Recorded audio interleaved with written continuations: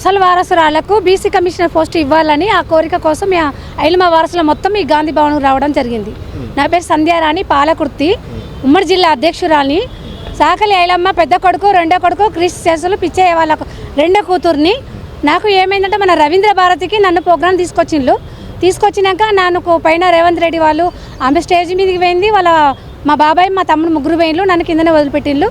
మహిళా commissioner post మాకు అసలైన నేను అసలైన వారసురాలు కాబట్టి నాకు ఇవ్వలేదని, ఆమెకి ఇచ్చింది కాబట్టి అసలైన వారసురాలుగా నేను ఇవ్వాలని నేను ఎంతోమంది సేవ చేస్తూ ఉన్నా. వాళ్ళ కుటుంబం ఒక్కటే ఐలమ్మ వారసురాలని ఇప్పటి వరకు అమ్మ పేరు మీద ఎన్నో కాడికి ఎక్కడికైనా అందరు చచ్చిండ్లు, మేము ఒక్కరినే ఉన్నాం అని తన కుటుంబం వరకే ఐలమ్మ వారసురాలని తిరుగుతుండ్లు. ఇప్పుడు కమిషనర్ పోస్ట్ వచ్చింది, అసలైన వారసురాలకు ఎందుకు ఇవ్వలేదు?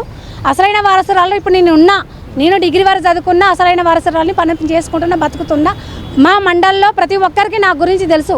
ఆమె అక్కడ ఉన్న రాజకీయ నాయకులు, అక్కడ ఉన్న ప్రతి కలెక్టర్లు, దేవసేన మేడం, కరుణా మేడం, ఆల్ ఆఫీసర్స్ ఈ అమ్మాయికి ఎందుకు ఇవ్వలేదు? అసలైన వారసురాలకు కష్టపడ్డది. ఐలమ్మ వారసులందరూ చాలామంది ఉన్నారు.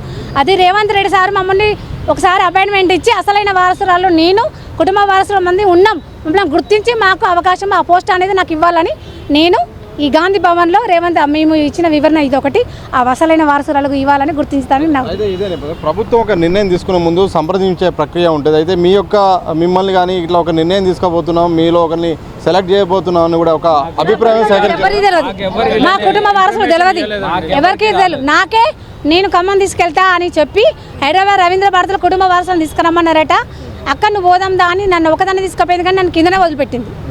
అసలు వారసు మా ఆడబిడ్డ అని చెప్పలే, నా అన్న కూతురు అని చెప్పలే, నా అక్క అని వాడు చెప్పలే, మరదలు అని చెప్పిందట.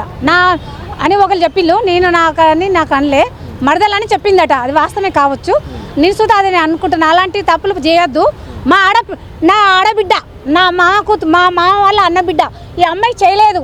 ఈమెకు జాబ్ ఇస్తే అని రేవంత్ రెడ్డి సార్తో కొట్లాడి ఆ మహిళా కమిషన్ పోస్ట్ ఇస్తే ఆమెకు ఎక్కడుండు గౌరవం? స్టేట్ లెవెల్లో గౌరవం ఉండు. అందుకే ఆ పోస్ట్ నాకు రావాలని ఐలమ్మ వరుస ఉండాలని గుర్తిస్తున్నాను.